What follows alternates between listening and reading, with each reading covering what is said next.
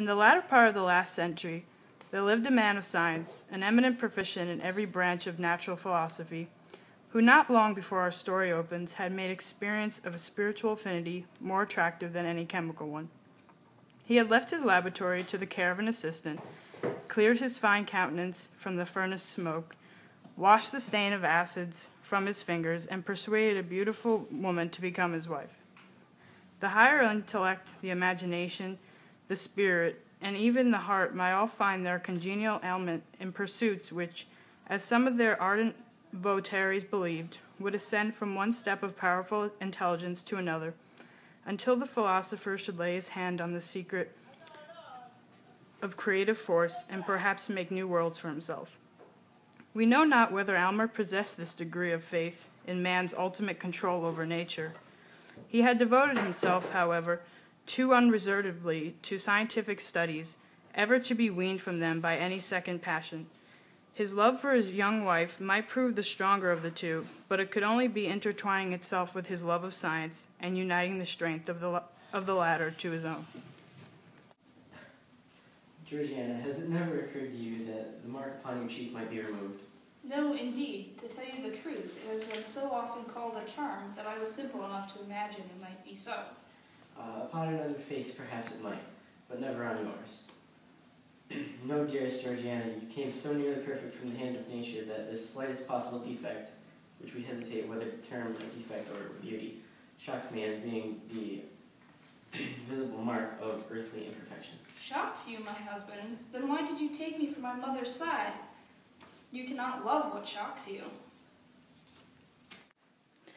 To explain this conversation, it must be mentioned that in the center of Georgiana's left cheek, there was a singular mark deeply interwoven, as it were, with the texture and substance of her face. Georgiana's lovers were wont to say that some fairy at her birth hour had laid her tiny hand upon the infant's cheek and left this impressed there in the token of the magic endowments that were to give her such sway over all hearts. Late one night, when the lights were growing dim, she herself, for the first time, voluntarily took up the subject. Do you remember my deal? Have you any recollection of a dream last night about this odious hand? None. None whatsoever. I might well dream of it, for before I fell asleep it had taken pretty firm hold of my fancy. And you did dream of it? A terrible dream. I wonder that you can forget it. Is it possible to forget this one expression? It is in her heart now. You must have it out. Reflect, my husband, for by all means I would have you recall that dream. The mind is in a sad state when sleep, the all-involving, cannot confine her spectres within the dim region of her sway, but suffers them to break forth, affrightening this actual life with secrets that perchance belong to a deeper one. Aylmer now remembered his dream, attempting an operation for the removal of the birthmark, but deeper went the knife, the deeper sank the hand, until at length its tiny grasp appeared to have caught hold of Georgiana's heart, whence, however, her husband was resolved to cut or wrench it away. I know not what may be the cost to both of us to rid me of this fatal birthmark. Perhaps its removal may cause the careless deformity, or it may be the stain goes deep as life itself. Again, do we know that there is a possibility on any terms of unclasping the firm gripe of this little hand which was laid upon me before I came into the world? Dearest Georgiana, I have spent much thought upon the subject. I am convinced of the perfect practicability of its removal. If there be the remotest possibility of it, let the attempt be made at whatever risk. Danger is nothing to me. For life, while this hateful mark makes me the object of your horror and disgust, life is a burden which I would fling down with joy. Either remove this dreadful hand, or take my wretched life. You have deep science. All the world bears witness of it. You have achieved great wonders. Cannot you remove this little mark which I cover with the tips of two small fingers? Is this beyond your power for the sake of your own peace, and to save your poor wife from madness? Noblest, dearest, tenderest wife, doubt not my power. I have already given this matter the deepest thought which might almost have enlightened me to create a being less perfect than yourself. Georgiana, you have led me deeper than ever into the heart of silence. I feel myself fully competent to render this dear cheek as faultless as its fellow. And then, most beloved, what will be my triumph when I shall have corrected what nature left imperfect in her fairest work? Even Pygmalion, when his sculptured woman assumed life, felt not greater ecstasy than mine will be. It is resolved then, and Almar, spare me not, though you should find the birthmark, take refuge in my heart at last. If she were my wife, I'd never part with that birthmark.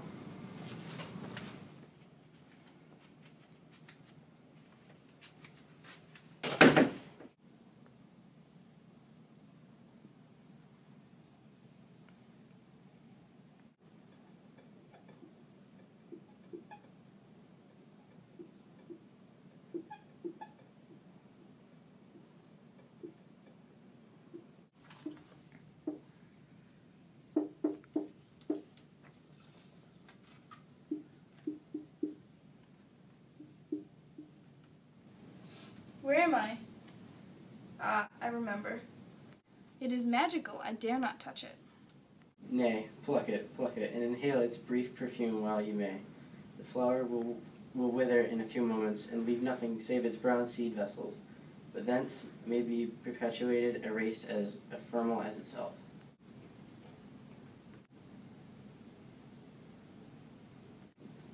There was too powerful a stimulus. Okay, go.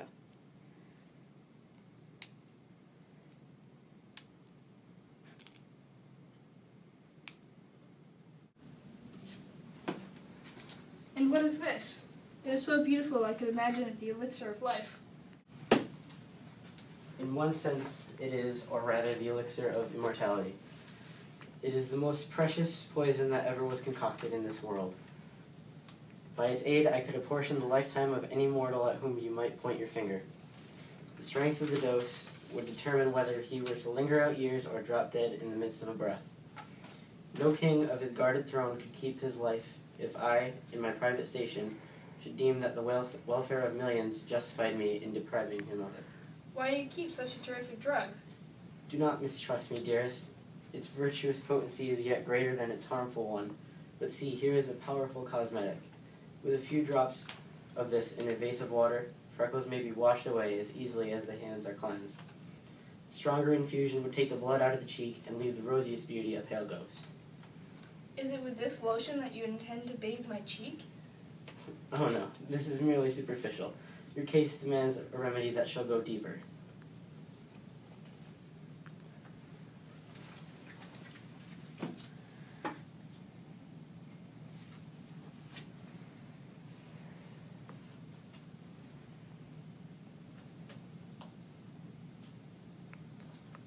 Drink then, thou lofty creature. There is no taint of imperfection on thy spirit. Thy sensible frame, too, shall not soon be all perfect. It is grateful. Methinks it is like water from a heavenly fountain. By heaven, it is well nigh gone. I can scarcely trace it now. Success, success. And now it is like the faintest rose color. The lightest flush of blood across your cheek would overcome it, but she is so pale. Alas, it was too true. The fatal hand had grappled with the mystery of life, and was the bound by which an angelic spirit kept itself in union with a mortal frame. As the last crimson tint of the birthmark, that sole token of human imperfection, faded from her cheek, the parting breath of the now perfect woman passed into the atmosphere, and her soul, lingering a moment near her husband, took its heavenward flight. Yet Almer had reached a profounder wisdom. He need not thus have flung away the happiness which would have woven his mortal life of the same texture with the celestial. The momentary circumstance was too strong for him. He failed to look beyond the shadowy scope of time and living once for all in eternity to find the perfect future in the present.